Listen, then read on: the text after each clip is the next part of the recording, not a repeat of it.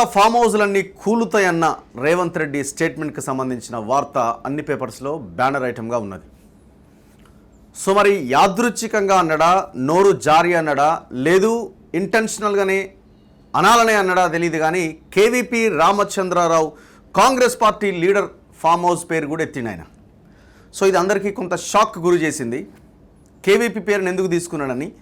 ఇందులో యాదృచ్ఛికంగా నోరు జారీ అన్నదానికి అర్థం లేదు. ఎందుకంటే ఆయన కేవీపీ పేరును 2 సార్లు ఉచ్చరించిండు, 2 టైమ్స్ అన్నాడు. సో ఒక్కసారి అన్నాడంటే ఆయన ఏదైనా నోరు జారీ అని ఉండొచ్చేమో అనుకోవచ్చు. కానీ 2 సార్లు అన్నాడు అని అంటే ఖచ్చితంగా ఇంటెన్షనల్గానే అన్నాడు. మరి ఏ కారణం చేత కాంగ్రెస్ లీడర్ పేరును కూడా ఆయన ప్రస్తావించారు?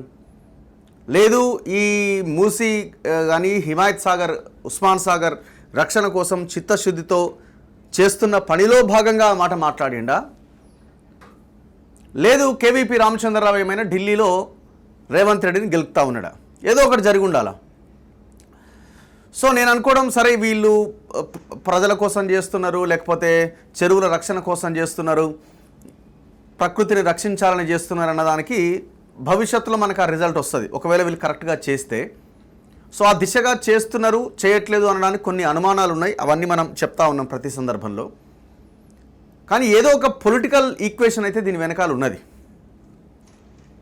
కేవీపీ ఏదో ఒక సందర్భంలో తెలంగాణ రాజకీయాల్లో వేలు పెడుతున్నాడు, దాంట్లో ఏం డౌట్ లేదు.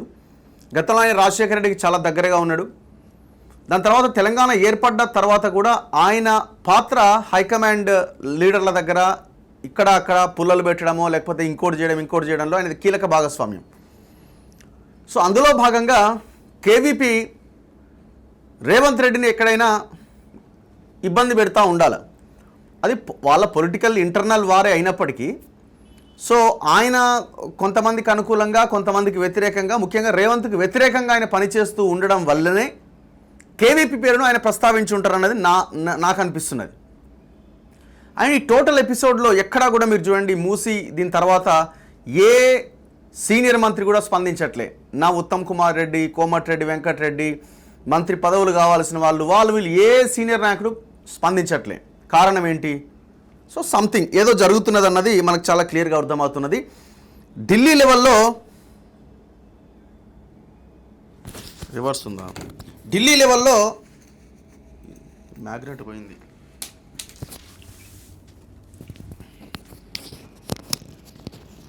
సో ఢిల్లీ లెవెల్లోనే ఏదో జరుగుతున్నది అన్నది చాలా క్లియర్గా మనకు అర్థమవుతున్నది. దాని మీద మనం రాబోయే వీడియోస్లో ఇంకా డీటెయిల్గా డిస్కస్ చేసే ప్రయత్నం చేద్దాం. ఫస్ట్ అయితే మనం ఇవాళ న్యూస్ పేపర్స్లో ఉన్న వార్తలు చూద్దాం. ముందుగా ముసుగు రాజకీయాలొద్దు, కేటీఆర్, హరీష్ మూసీని అడ్డు పెట్టుకొని ఎన్నాళ్ళు గడుపుతారు? ఫామ్ హౌస్లను కాపాడుకునేందుకే బీఆర్ఎస్ ఆందోళనలు. ఆ పార్టీకి 1500 కోట్లున్నాయి, 500 కోట్లు పేదలకు ఇవ్వొచ్చుగా.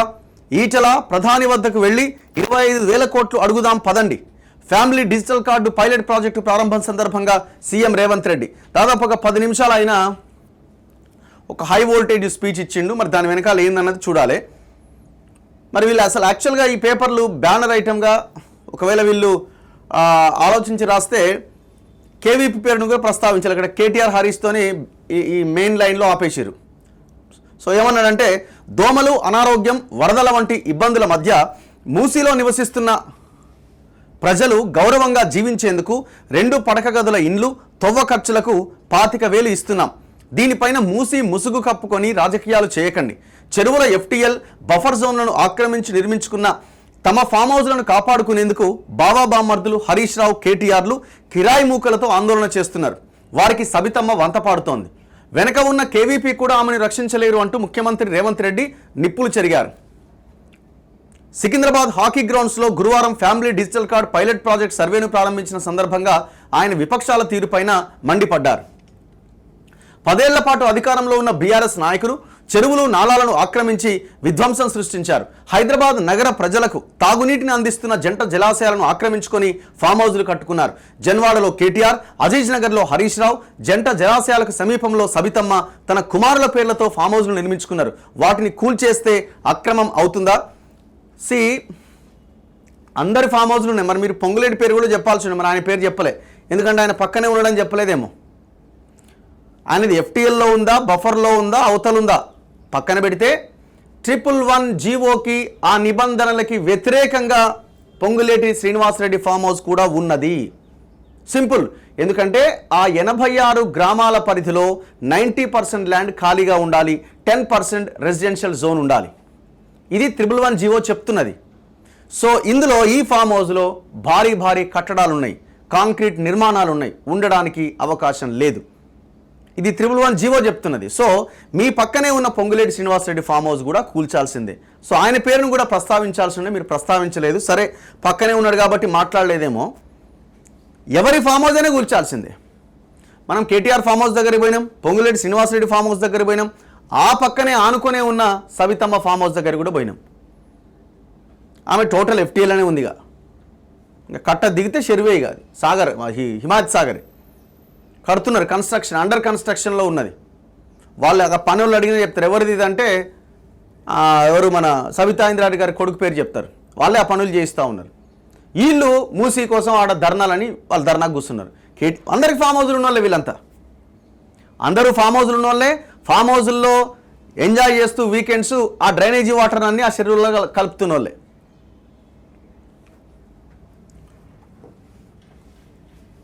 బాబా బామ్మర్దులు మూసీని అడ్డం పెట్టుకొని ఎన్ని రోజులు గడుపుతారు? మీ భరతం పడతాం. పేద ప్రజలపై అంత ప్రేమ ఉంటే బీఆర్ఎస్ ఖాతాలో 1500 కోట్లున్నాయి. 500 కోట్లు పేదలకు ఇవ్వచ్చు కదా. మూసీ నిర్వాసితులకు ఇంకా మేలైన పథకం ఉంటే సూచించండి.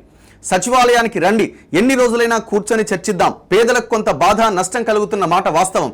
భవిష్యత్తును దృష్టిలో ఉంచుకొని మూసీ ప్రక్షాళన చేపట్టాం, అడ్డుకోవద్దు అని రేవంత్ రెడ్డి అన్నారు. ఏ ఆక్రమణను వదిలిపెట్టాం. హైదరాబాద్లో చెరువులు, కుంటలు, నాలాల FTL బఫర్ జోన్లలో ఎవరు ఇళ్లు కట్టుకున్నా కూల్చేస్తామని ముఖ్యమంత్రి రేవంత్ రెడ్డి స్పష్టం చేశారు. చెరువులను పరిరక్షించాల్సిన బీఆర్ఎస్ నాయకులు వెంచర్లేశారు. మూసీ బఫర్ జోన్లో నల్ల చెరువులో ప్లాట్లు వేసి అమ్మింది మీరు కాదా? మూసీలో కాలుష్యంతో నల్గొండ జిల్లాలో పంటలు, కూరగాయలు విషపూరితమయ్యాయి. ఆ జిల్లా ప్రజలు ఒకవైపు ఫ్లోరైడ్తో బాధపడుతున్నారు, మరోవైపు విషం మింగుతూ బతుకుతున్నారు. వారు స్వచ్ఛమైన నీరు తాగేందుకు అర్హులు కాదా? ఆక్రమణల వల్ల ఇప్పటికే హైదరాబాద్ చుట్టుపక్కల భూగర్భ జలాలు అడుగంటిపోయాయి. అందుకే జంట జలాశయాలు మూసీ ప్రక్షాళన చేపట్టాం. ఈలోపు నగరంలోని ప్రజలందరూ ఇళ్లలో ఇంకుడు గుంతలు నిర్మించుకోవాలని సూచిస్తున్నాం. అవి లేని ఇండ్లకు నీటి ట్యాంకర్ రెట్టింపు ధరకు విక్రయించాలని అధికారులను ఆదేశిస్తున్నాం. వెరీ గుడ్, బాగుంది. మీరు అంటున్నారు నల్గొండ జిల్లా ప్రస్తావన తీసుకొచ్చారు కాబట్టి, నాది అదే ఉమ్మడి జిల్లా కాబట్టి నేను చెప్తున్నా. మీరు అంటున్నారు మూసీ కాలుష్యంతో నల్గొండ జిల్లాలో పంటలు, కూరగాయలు విషపూరితం అవుతున్నాయని. రేవంత్ రెడ్డి గారు, మీ మంత్రిమండలి, నేను ఒక్కొక్క విలేజ్ తిప్పుకుంటూ మిమ్మల్ని చూపిస్తా. మీరు ఈ NH9 ఉంది కదా, విజయవాడకు వెళ్ళే దారిలో ఫస్ట్ మీకు వెలిమినేడు అన్న విలేజ్ వస్తుంది. వెలిమినేడులో ఒక నైట్ స్టే చేద్దాం.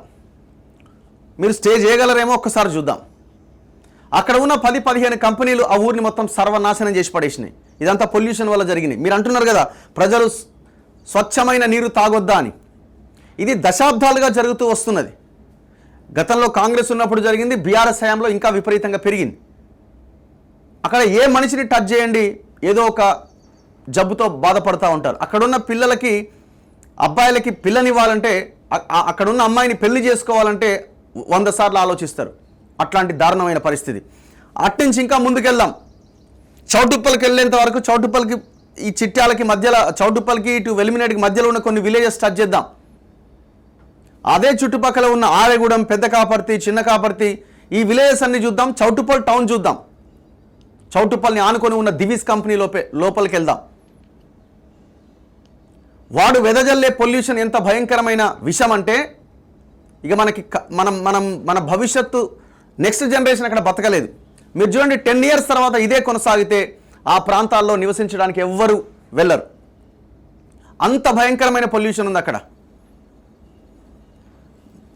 పంట పొలాలు, సాగు చేసుకోవాల్సిన పొలాలు మొత్తం వదిలేసి వెళ్ళిపోయారు అక్కడి నుంచి. మీరు నల్గొండ జిల్లా గురించి ప్రస్తావించారు.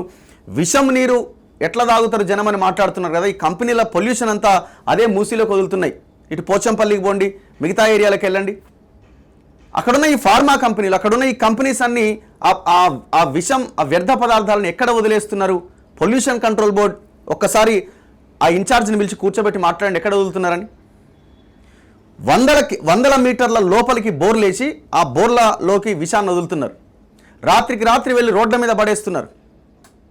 మీరు చూడండి, వాళ్ళ స్కిన్ చూడండి, అక్కడ ఉన్న ప్రజల స్కిన్. మన మునుగోడు ఎలక్షన్లప్పుడు మేము వెళ్ళి చూసినాం.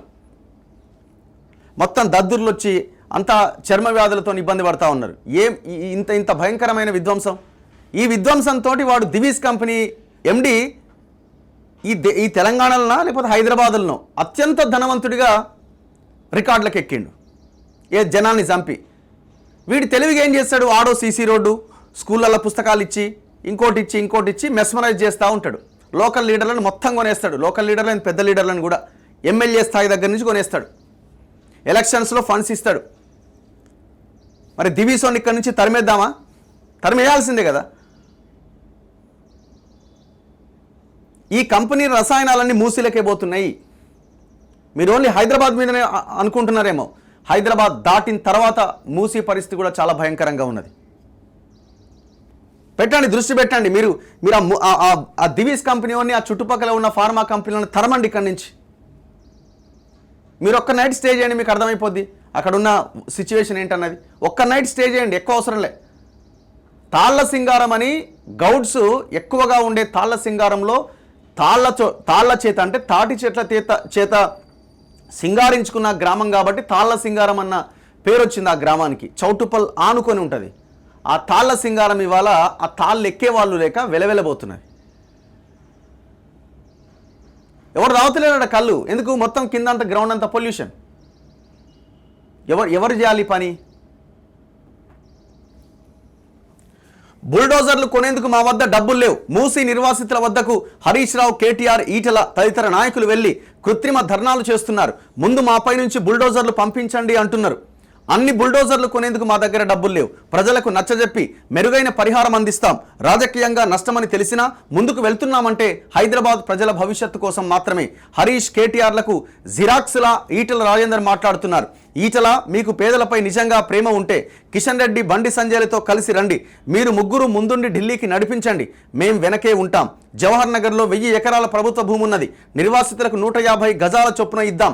ఇల్లు కట్టేందుకు ప్రధానమంత్రి ఆవాస్ యోజన కింద 25,000 కోట్లు అడుగుదాం పదండి. మోదీని అడిగేందుకు మాకు ఎలాంటి భేషజాలు లేవు. సో ఇట్లా నిన్న ఇది మాట్లాడదాం, ఫ్యామిలీ డిజిటల్ కార్డ్ దీని మీద నెక్స్ట్ పేపర్ వచ్చినప్పుడు. సో ఈ రకంగా ఆయన ఈ స్టేట్మెంట్ ఇవ్వడం జరిగింది. ఇందులో ప్రధానమైన పాయింట్ ఏంటంటే కేవీపీని ఎందుకు టార్గెట్ చేసిండని. హైదరాబాద్ లో ట్రాఫిక్ సమస్యలు పరిష్కరించుకుంటూ, హైదరాబాద్ వచ్చిన వరదల్ని పరిష్కరించుకుంటూ, హైదరాబాద్ కూరుకోబోతు వాళ్ళకి ప్రత్యామ్నాయం ఏం చేయాలో చెప్పండి. ఈ రోజు ఈ ప్రభుత్వం సిద్ధంగా ఉంది. వ్యక్తి బఫర్ జోన్ లో లేకపోతే జీవోత్సవాలుగా ఉన్న పేద వాళ్ళకి పోయి అన్యాయంగా మాట్లాడుతున్నారు. చేతనైతే రాండి, అఖిలపక్ష సమావేశం అక్రమ నిర్మాణం కాదా, అది కూలగొట్టాలన్నా వద్దా? అదేంటి రాష్ట్రాన్ని దోసుకతిన్న మీరు ఇవాళ ఆగర్భ శ్రీమంతులు ఎట్లయినరు? మీరు మాత్రం ఫామ్ హౌస్లో ఉండాలి. మీ ఫామ్ హౌస్లను కాపాడుకోవడానికే కదా ఇవాళ వీళ్ళను ముసుగు తొడుక్కొని రక్షణ కవచంగా పెట్టుకొని పేదోళ్ళను పెట్టి కూలగొట్టొద్దు అంటారు. ఇవాళ ఇన్ని మాట్లాడుతున్న కేటీఆర్, జన్వాడలో నీకున్న ఫామ్ హౌస్ అక్రమ నిర్మాణం కాదా, అది కూలగొట్టాలన్నా వద్దా నువ్వు చెప్పు. హరీష్ రావు, అజీజ్ నగర్లో నీకున్న ఫామ్ హౌస్ అక్రమమా కాదా, దాన్ని కూలగొట్టాలన్నా వద్దా చెప్పు. సబితమ్మ, నీ ముగ్గురు కొడుకుల పేర్ల మీద 3 ఫామ్ హౌసులు కట్టినావు కదా, నువ్వు సబితమ్మ లేక పేద అరుపులు అరవకమ్మా. నీకున్న ఫామ్ హౌసులు కూడా లెక్కలు ఉన్నాయి. కూలగొట్టాలనా లేదా సబితమ్మ, నువ్వు సలహా చెప్పు. మీకు వెనకంగా ఉన్న కేవీపీ రామచంద్రరావులై కూలగొట్టాలనా వద్దా చెప్పు. ఇవాళ అక్రమంగా ఫామ్ హౌసులు నిర్మించుకొని మీ ఫామ్ హౌసుల మీద ఎక్కడైతే తొలగింపు ఏటు పడుతుందో మీ ఫామ్ హౌసులు కూలుతాయని చెప్పి ఇవాళ పేదలను రక్షణ కవచంగా పెట్టుకొని ఇవాళ మీరు నాటకాలు ఆడుతున్నారు. నల్ల చెరువులో ప్లాట్లు వేసి అక్రమంగా అమ్మినోడు మీ పార్టీోడు కాదా? మూసీ నది ఒడ్డున ప్లాట్లు వేసి పేదలకు 10 లక్షలకు 100 గజాలు అమ్మింది మీ సన్నాసులు టీఆర్ఎస్ నాయకులు కాదా? ఇవాళ 100 గజాలు 10 లక్షలకు నల్ల చెరువులో, సున్నం చెరువులో ఇవాళ మూసీ నది ఒడ్డున మీరు ప్లాట్లు చేసి అమ్మి ఇవాళ ప్రభుత్వ భూమి అని తేలంగానే వాళ్ళు ఎక్కడ మిమ్మల్ని చొక్కా పట్టుకొని మా పైసలు మాకు వాపసు చేయమని అడుగుతారో అని చెప్పి ముందే పార్టీ కార్యకర్తలని ఉసిగొల్పి ఈరోజు ఈ ధర్నాలకు, దీక్షలకు తిరుగుతున్నారు. ఇవాళ మూసీలో వచ్చిన వరదలు తెలంగాణ రాష్ట్రాన్ని, హైదరాబాద్ నగరాన్ని ముంచేస్తలేవా? మరి వాటికి పరిష్కారం ఎట్లా నాకు తెలియదా? ఇవాళ కొంతమంది పేదలు ఇండ్లు తీస్తే వాళ్ళకి దుఃఖం ఉంటుంది, వాళ్ళకి బాధ ఉంటుంది, వాళ్ళు కొంత ఆవేశంగా మాట్లాడతారని నాకు తెలియదా? రాజకీయంగా లాభమో నష్టమో ఉంటుందో నేను అంచనా వేయలేనా? 20 ఏళ్ళు ప్రజాక్షేత్రంలో ఉన్నోని, ప్రజలలో తిరిగినోని, పేద ప్రజల కష్టమేందో తెలియకుండానే తెలంగాణ రాష్ట్రానికి ముఖ్యమంత్రి అయినా. కానీ నగరాన్ని కాపాడుకునే బాధ్యత మన మీద లేదా? మీరు ఆలోచన చేయండి. ఇవాళ హైదరాబాద్ నగరానికి తాగునీరుని అందించిన ఉస్మాన్ సాగర్, హిమాయత్ సాగర్లో బల్చినోళ్ళు బల్చి కొట్టుకుంటున్నోళ్ళు ఫామ్ హౌస్లు కట్టుకొని వాళ్ళ డ్రైనేజ్ తీసుకెళ్లి ఆ గండిపేటలో హిమాయత్ సాగర్, ఉస్మాన్ సాగర్లో కలిపితే వాళ్ళ డ్రైనేజ్ నీళ్లు హైదరాబాదు నగరం తాగాలనంట. ఈ నా కొడుకులు చెప్తున్న భాష గది. ఇవాళ ఆ ఫామ్ హౌస్ చుట్టూతో కట్టుకున్న ఇల్లు ఎవరివి? కేటీఆర్కు లేదా, హరీష్కు లేదా, కేవీపీ రామచంద్రరావుకు లేవా? సెకండ్ టైం కేవీపీ రామచంద్రరావు పేరును ప్రస్తావించారు ఎవరు? ముఖ్యమంత్రి గారు. సో ఫస్ట్ టైం అంటే ఆయన, కొంతమంది అంటున్నారు ఆయన నోరు జారి సడన్ గా అనుండొచ్చేమని, కానీ ఆయన నోరు జారి అంటే రెండోసారి కూడా ఆయన మాట రాదు. ఫస్ట్ టైం కేవీపీ పేరు మీరు విన్నారు, మళ్ళీ సెకండ్ టైం కూడా అంటే సంథింగ్ ఏదో జరుగుతా ఉన్నది. ఇది ఢిల్లీ స్థాయిలో చుట్టూతా ఏదో జరుగుతున్నది. మీరు కట్టుకున్న ఇండ్ల డ్రైనేజ్ హైదరాబాదు ప్రజలు తాగునీళ్ళ కలిపి మా ఇల్లు కూలగొట్టొద్దు కాబట్టి ముసుగు దొడకడానికి మూసి కావాల్సి వచ్చిందా మీకు? మూసీని అడ్డం పెట్టుకొని ఎంతకాలం బతుకుతారా మీరు? ఎంతకాలం తప్పించుకుంటారు? వారం రోజులు, 10 రోజులు, 15 రోజులు, నెల రోజులు అయినా వదల మీ భర్త మీరు అనుకుంటున్నాం ఒక్కరిని చింతపండు చేస్తా. మూసి పేదలకు ఏం చేద్దామో చెప్పండి. ప్రతి పేదవాడికి మంచి కాలనీలు చేసి ఇల్లు కట్టిద్దాం చెప్పండి. ప్రభుత్వం దగ్గర భూమి లేవా? ప్రభుత్వం ఏమైనా గొడ్డు పోయిందా? జవహర్ నగర్లో 1000 ఎకరాలు ఉంది ప్రభుత్వాన్ని. మూసీలున్న పేదవాళ్ళందరికీ తలా 150 గజాలు చేసి ఇచ్చి ఇందిరమ్మ ఇల్లు కట్టిద్దాం. రాండి సన్నాసులారా, ముందుకు రాండి, పేదోళ్ళు కట్టిద్దాం. ఎవరు? సో ఇప్పుడు కేవీపీ పేరును మరి ఎందుకు ప్రస్తావించుంటారంటే వెరీ క్లియర్, ఢిల్లీలో రేవంత్కు వ్యతిరేకంగా ఏదో గూడు పుటాన్ని నడిపిస్తుంటాడు. ఆయన బేసిక్గా ఆయన ముందు నుంచి తెలంగాణకు వ్యతిరేకంగా ఆ తర్వాత చేసిన పని అంతా ఇదే. సరే, అది వాళ్ళ రాజకీయం, వాళ్ళది వదిలేస్తే మనం జనం గురించి మాట్లాడుతున్నాం కాబట్టి మేము కూడా సూచన చేస్తున్నాం, మేము కూడా ఒక రిక్వెస్ట్ పెడుతున్నాం గవర్నమెంట్ ముందు. డిమాండ్ అనుకోండి, రిక్వెస్ట్ అనుకోండి. మొత్తం మూసిని ఒకే సంవత్సరంలో ఎత్తేయాలనుకుంటే అది కుదరని పని, అంత ఈజీ కాదు, పేదలు ఇబ్బంది పడతారు. అందుకే మేము చాలా క్లియర్గా చెప్తున్నాం, ఒక 2 కిలోమీటర్ల స్ట్రెచ్ని మీరు ప్రణాళికబద్ధంగా పైలట్ ప్రాజెక్ట్ కింద తీసుకోండి. అక్కడ ఉన్న ప్రజలందరినీ సాటిస్ఫై చేసి వాళ్ళకి మెరుగైన సదుపాయాలు, రిహాబిలిటేషన్ కల్పించండి, పునరావాసం కల్పించండి. ఆ తర్వాత మళ్ళీ ఇంకొక నెక్స్ట్ 2 కిలోమీటర్స్ని తీసుకోండి. ఇట్లా ఒక 5 ఇయర్స్ పీరియడా లేకపోతే 6 ఇయర్స్ పీరియడా ఒకవేళ మీరు పవర్లో ఉంటే, సో అది ముందుకు తీసుకెళ్లే ప్రయత్నం చేయండి. ప్రజలు సంతోషంగా ఉంటారు, ఎవరికి ఇబ్బంది ఉన్నదో అది రాజకీయంగా మీకు కూడా మైలేజ్ తీసుకొస్తుంది. మీరు ఒకేసారి అందరినీ లిఫ్ట్ చేయాలి అన్న ఒక ప్రయత్నం ఏదైతే ఉందో అది మిమ్మల్ని రివర్స్ కొడుతుంది. అండ్ దాంతోపాటు దీని వెనకాల ఉన్న ఎజెండా కేవలం మూసి రక్షణ కోసం, ప్రజల కోసం అయి ఉండాలి. ఇది కాంట్రాక్టర్ల కోసం అయ్యే పరిస్థితి ఉంటే పెద్ద మోసం అవుతుంది. అది మీకే మోసం అవుతుంది. కేసీఆర్ అదే చేసి ఆయనకు అదే జరిగింది. కేసీఆర్ కాళేశ్వరం ఎట్లనో రేవంత్కు మూసి అట్లా అని అంటున్నారు. మీరు అది ఆ ఆలోచన రాకుండా చూడాలా. దేనికి 1,50,000 కోట్లు అన్నది ప్రజలకు క్లారిటీ ఇవ్వాలా. సో ఆ క్లారిటీ ఇవ్వకుండా మీరు ముందుకెళ్తే అది మీకు నష్టం చేస్తుంది. సరే, మీరు కేటీఆర్ ఏమన్నాడు, హరీష్ ఏమన్నాడు, బీఆర్ఎస్ పార్టీ ఎట్లా వ్యవహరిస్తుంది, ఇవన్నీ అపోజిషన్లో ఉన్న వాళ్ళు వాళ్ళ పని వాళ్ళు చేసుకుంటూ వెళ్ళిపోతారు. అల్టిమేట్గా మీరు వాళ్ళ మీద ఏ విమర్శ చేసినా ప్రజలు మాకేం చేస్తున్నారు, ఏ రకమైన ప్రజాలోచనతోని ప్రభుత్వం పనిచేస్తుందన్నదే ప్రజలు గమనిస్తారు.